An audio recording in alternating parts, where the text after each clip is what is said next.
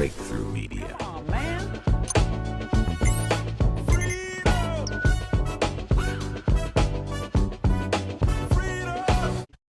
At very young ages, whether it's surgery or drugs that sterilize kids, we're being told that the child is, quote, making a decision at such a young age. But then, of course, it doesn't make any sense, because even the people who support giving sex change surgeries to 16-year-olds, if you ask them, well, should a 16-year-old be able to get a tattoo on their face or anywhere else on their body? Should a 16-year-old be able to buy a gun, buy alcohol? Like any of these kinds of decisions, almost everybody would agree, well, no, that's too young. So if it's too young for that, then how's it not too young to make these life-altering, permanent changes to your body? That's the question they never have an answer to. And talking about treatments for kids as young as 11 or 12, FINA has handed down its decision to restrict trans athletes from the women's side of the competition. But they did have one exception. If someone had transitioned, if a male athlete had transitioned by the age of 12, then they would be able to compete in the women's competition. Now, FINA say this isn't to encourage anybody to transition that early, and they in fact say that's not a good idea. But you see this as almost a validation for transitioning children younger and younger. Yeah, I don't. I know a lot of conservatives are celebrating this move, but I don't actually see it as a win. Now, the win would be if the governing bodies over these various athletic competitions, if they just said, hey, you have to be a woman to compete against women, period. Doesn't matter when you transition, doesn't matter anything else. You have to be a female to compete against women. Now, that would be a win for sanity and for just truth and moral decency. That's not what's happening here. All they're saying is, well, you have to, if a male wants to compete against women, he needs to start his transition younger, which is actually legitimizes childhood transitions, and that's only going to be used by the other side to say, well, see, this is why we got to get the kids on the drugs as early as possible so that they're not left out of opportunities later in life. That's maybe looking at it as glass half empty, but that's also how I think it's going to be used. He's absolutely right. This is how it's going to be used. They set it up this way. Come on, folks. Oh, gosh, I hope that's not seen or interpreted that way, but I can understand why you have that fear. Now, back to what is a woman. You spoke to plenty of experts, and some of them were triggered by the strangest things. Even the word truth was seen as triggering and transphobic. Let's have a look. Well, I'm not even talking about social context. I'm just trying to start by getting to the truth, Uh-oh.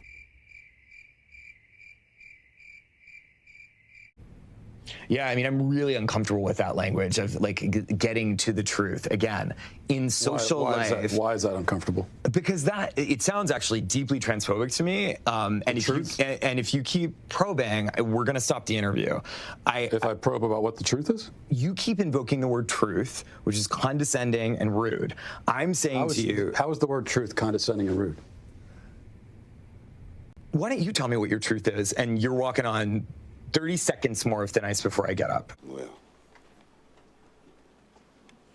bye.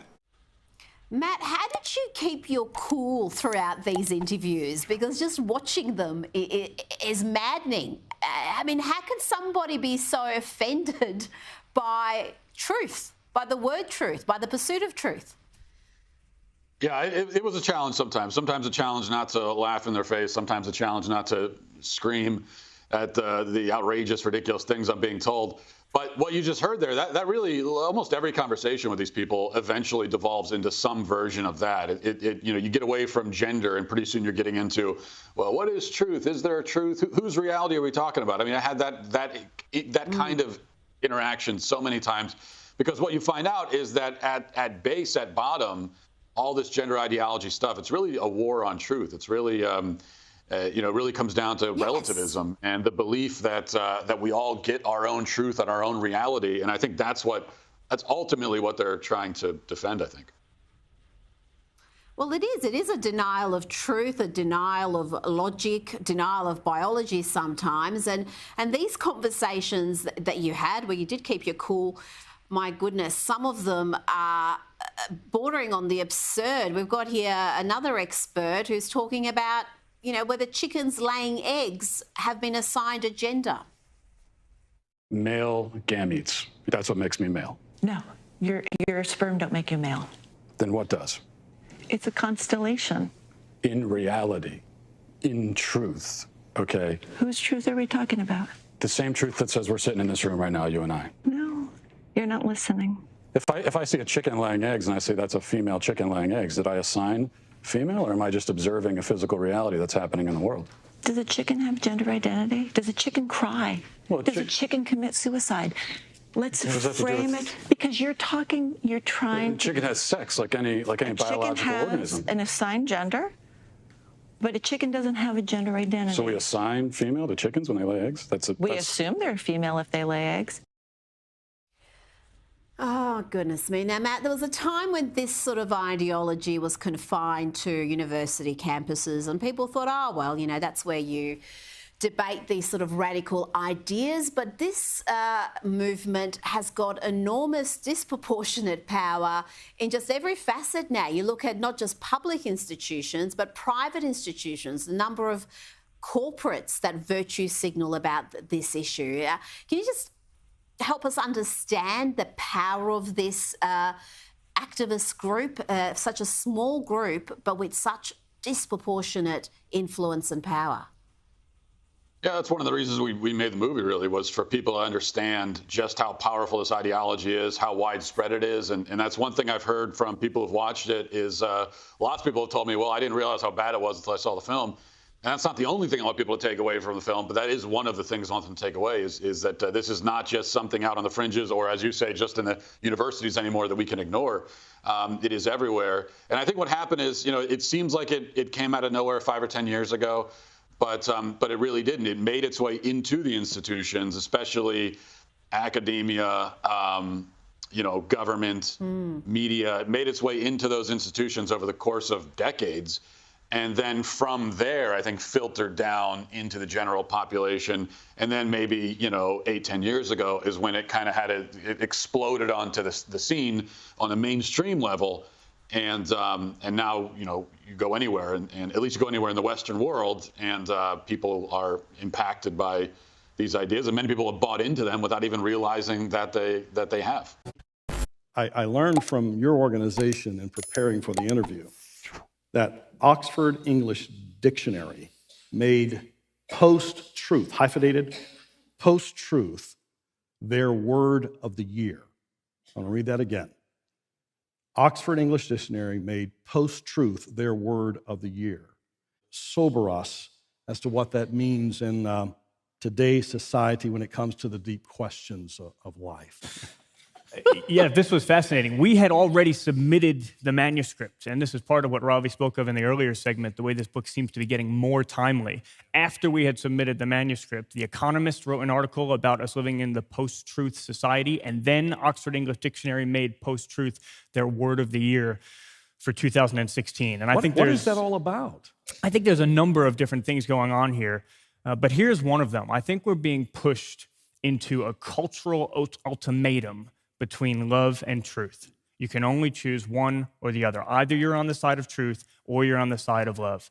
And in our society of microaggressions and trigger words and safe spaces and speakers being no platformed if they have anything controversial that they might bring to a university, truth is seen as dangerous. And there's this assumption that truth of its nature is offensive and that disagreement with someone will lead you on a trajectory to the devaluing of them, and then to the intolerance of them, and then to extremism, and then to violence, and then to terrorism. And so if you're committed to truth, you're actually a terrorist in the making. And faced with that ultimatum, I think most of Western society is fleeing from the truth to this post-truth culture. Now, I think there's a real irony here, because a post-truth culture is inevitably also a post-love culture, because there's nothing more unloving than refusing to share the truth with another person. If you have a truth that can greatly benefit someone, it is an act against love not to share it with them.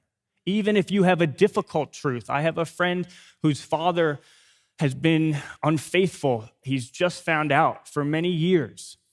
And he refused to share that truth with the family. And now that family is living with the consequences of his trying to live in a post-truth way. Now, here's the amazing thing about Christianity. It refuses to make a choice between love and truth, because God is truth. Jesus is the way, the truth, and the life.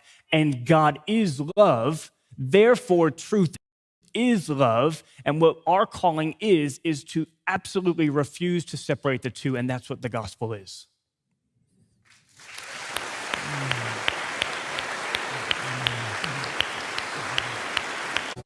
Well, if I asked you what a woman is, what would you say? Let's say a human being with boobs and a Human vagina. adult female, Yeah. right? And I will say this, and everybody's going to hate me, but as a woman, just because you go change your parts doesn't make you a woman. Right. Sorry. You feel that? I know that for a fact. Like, if you want me to call you a her, I will, because that's what you want. But that doesn't make you a woman just because I call you a her and just because you got a surgery. Like, women go through just a completely unique experience, and surgery or you know, finding yourself doesn't change that. You know, being a little girl is a whole epic book. You know, you can't have that just because you want to be a woman. And I don't think you should be called transphobic just because you don't agree with, you know, I just, there's a lot of, you know, judgment and throwing, you know, stones at people for just saying what it is, you know. She's not wrong. Uh-oh, wait. She folded to the mob because she is now bending over at the altar of wokeness like they all do when they get attacked for their opinions, and she's basically issuing a groveling apology to the mob, right? Because of the comments that she made on Piers Morgan's show. And it is quite sad to listen to her walk back her comment in this clip right here that she did following her interview with Piers Morgan. Take a look. Of course she was going to apologize like he said. But I mean, come on, folks. Look at the name of her album. She's locked into the lockstep Legion left. The reset? Come on. It's fame and fortune over truth for Macy. It is what it is. We're back with Grammy-winning singer Macy Gray. She came onto the music scene more than 2 decades ago, and now Macy's getting ready to drop her latest album. It is called The Reset. She is going to be performing one of the songs off that album in just a few minutes. Macy, it's good to see you. I've actually felt like I've seen a lot of you in the past few days recently. Yeah. You were on the Piers Morgan show, and there was a question about trans women. And this was what you said in part. As a woman, just because you go change your parts doesn't make you a woman. If you want me to call you a her, I will, because that's what you want, but that doesn't make you a woman. Just because I call you a her, just because you've got a surgery, you can call yourself whatever you want. There was a wave of backlash that came as a result. Just tell me where you are right now on that statement. Now, get it right, or we're going to cancel you.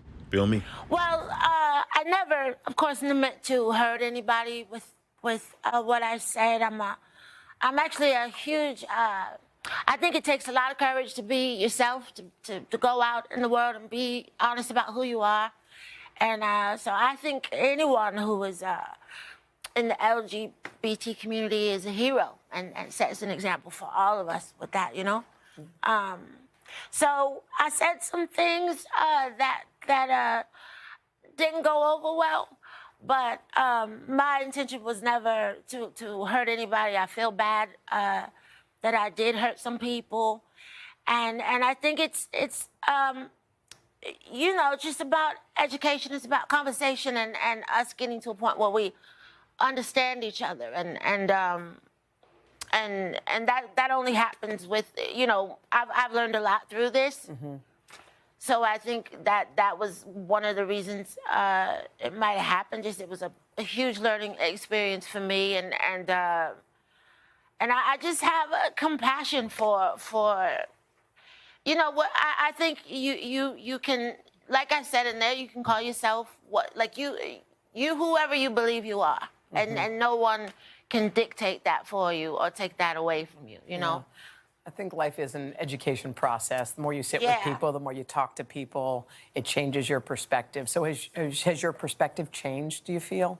I've learned so much, and I think you know, being a woman is a vibe, and it's something I'm very proud of, and it's very precious to me, and I think that if you in your heart feel that that's what you are, then that's what you are, regardless of what anybody says or thinks. You know what I'm saying? Okay.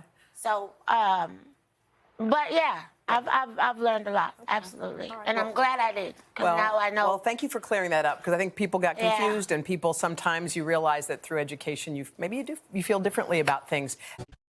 What gets me is, as an artist, your main thing is freedom of expression. All of them start out this way, but they end up, after being signed, slaves to mainstream thought. Agree 100% or else you now belong to the Lockstep Legion cult. All right. Wow. Okay, that's all I can say. There's a couple things that she said there that just blew my mind. First and foremost, anybody in the LGBTQ community is a hero, is what she stated. That's just like stating any black person or all black people are heroes, or anybody who claims to be oppressed, okay, or that has faced discrimination in this country historically. They're heroes, right? You're heroes simply because of your skin color, who you like to sleep with, right? Your genitals. You're a hero just because of that, right? You don't actually have to perform any acts of bravery or actually be a real hero or anything like that.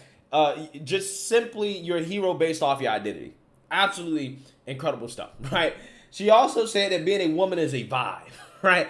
You being a woman is a vibe. You can be whoever you want to be, right? Which means that, if I say that I'm Goku from Dragon Ball Z, I am in fact Goku, right? I am Goku from Dragon Ball Z because it's a vibe, right? I'm on a certain vibe. Wow. She reminds me of that, some of these trans women that say, they have the female spirit, right? They got the spirit of a woman, right? That's why they're a woman. They got this spirit going on. This, it's a spiritual thing. Incredible stuff, man. I mean, this, is at the point where it's a ritual. Like, it literally is a ritual because it happens the same way every single time, right? I don't care who it is, okay? Even somebody like Joe Rogan, right? The mob comes after them for saying something, right? Like Joe Rogan's case, he said the N-word, okay? The N-word with the ER, but he was quoting other people when he said it, right? He also made jokes that, some people find to be racially insensitive or whatever, right? And he issued a groveling apology to the mob, even though there was nothing to really apologize for. Same thing with this woman right here. She's issuing a groveling apology to the mob, talking about how she's learned and, this is an experience and, blah, blah, blah, blah, blah. It's all the same. And I don't really understand, why do people do this? Why? I don't get it, right? What did you actually learn? Did you learn that biological men can actually be women, right? Biological women, is that what you learned? Because if that's what you learned, then you learned wrong, right? You learned something that was not actually correct. What did you learn? The only thing that you learn is that if you don't want to be attacked by the mob, then don't speak on these situations, right? That's the only thing that you learn. Because what you originally said was correct.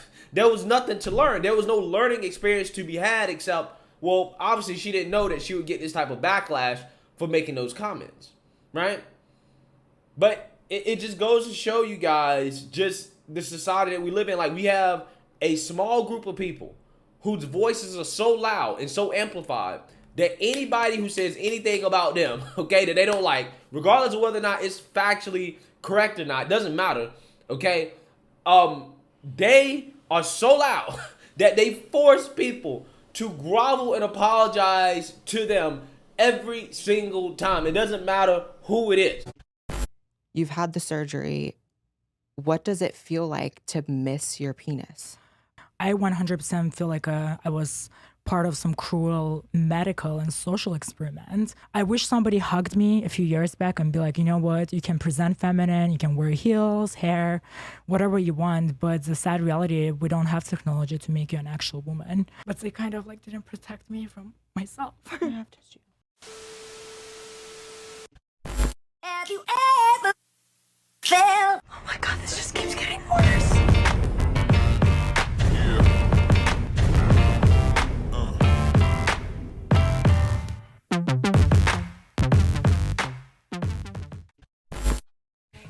Don't look past this. I look at freedom and I appreciate that.